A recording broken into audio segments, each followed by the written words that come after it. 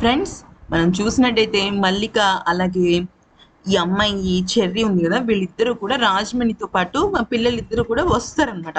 ఎక్కడికి? పోలీస్ స్టేషన్కి.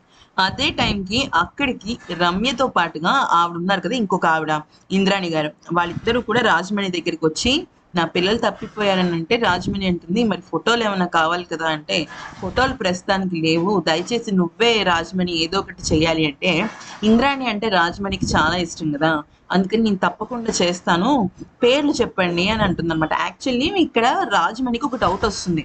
ఇక్కడ నా దగ్గర ఉన్న పాపకేమో తల్లి లేదు, ఈ తల్లికి కూతురు లేదు, ఇద్దరు మేబీ అంటే ఇద్దరు కూడా కొంచెం well settle middle class, upper middle class, rich class లానే ఉన్నారు కదా, వేరే వేరేలా లేరు కదా.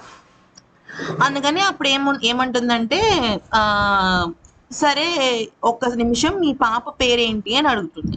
పాప పేరేంటి అని అడిగేసరికి నా నా నా పాప పేరు మల్లిక అండి అంటుంది అనమాట. అంతకు మునుపు అంటుంది ఫోటోలు ఉంటే బాగుండేది అంటే ఫోటోలు లేవండి అంటే అప్పుడు ఇంకా మల్లిక అనగానే షాక్ అయిపోతుంది అనమాట. మల్లిక అనగానే ఎవరైనా షాక్ అవుతారు, తన పేరు అంటే ఇద్దరు తల్లి కూతురని అర్థమైపోతుంది. అయితే అంటుంది, మల్లికనా మీ పాప పేరు? ఒక్క నిమిషం ఉండండి, అయితే ఇప్పుడే వస్తాను అని చెప్పేసి లేచి మల్లిక దగ్గరికి వెళ్తుంది అనమాట.